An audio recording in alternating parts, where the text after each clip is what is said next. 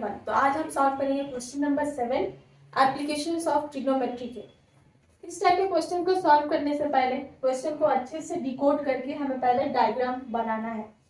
तो पहले देखते हैं, from point on the ground angle of elevation of bottom and top of the transmission tower fixed on top of 20 metre building are 45 and 60 degree respectively. तो हमें बताना है उस टावर का हाइट कितना है। तो सबसे पहले हम पॉइंट ऑन द ग्राउंड एक जगह फिक्स कर लेते हैं। तो सपोज हमने यहाँ पे फिक्स कर दिया।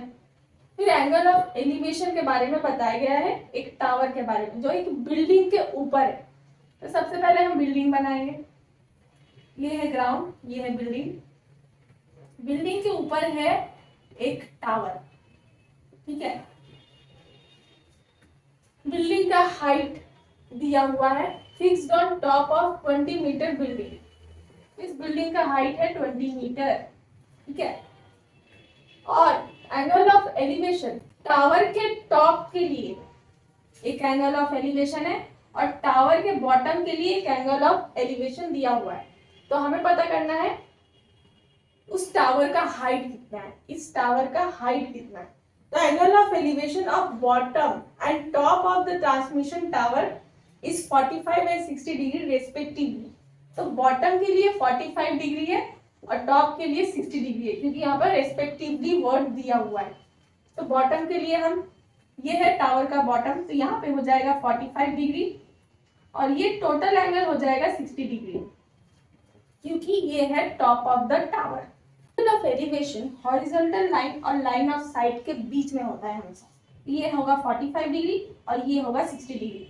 क्वेश्चन में जैसे जैसे बोला गया है हमें वैसे वैसे डायग्राम बनाते जाना है।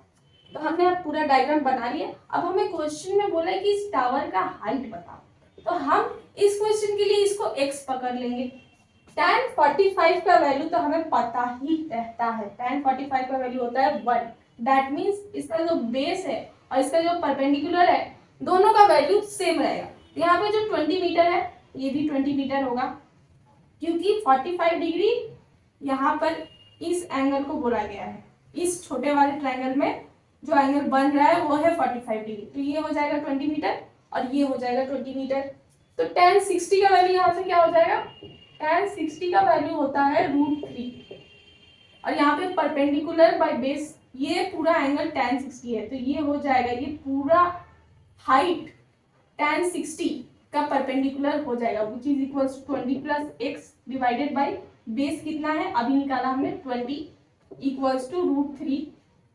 तो यहाँ से x का वैल्यू क्या आ जाएगा 20 √3 माइनस 20 को हम लेके गए √3 से मल्टीप्लाई किया। तो यहाँ पे जो 20 बचा उसे माइनस राइट हैंड साइड में लेके जाएंगे तो हो जाएगा। तो x का वैल्यू यहाँ से कितना आ जाएगा, 20 को कॉमन लिया √3 माइनस 1 बचा। दैट मीन्स जो टावर दिया हुआ है उसका हाइट है 20 √3 माइनस 1 मीटर। इस तरह से हमें क्वेश्चंस को सॉल्व करना है। पहले डायग्राम अच्छे से बनाना है, फिर tan थीटा के मदद से हमें क्वेश्चंस के आंसर तक पहुंचना है। तो इसका जो फाइनल आंसर होगा वो होगा 20 होल √3 माइनस 1 मीटर।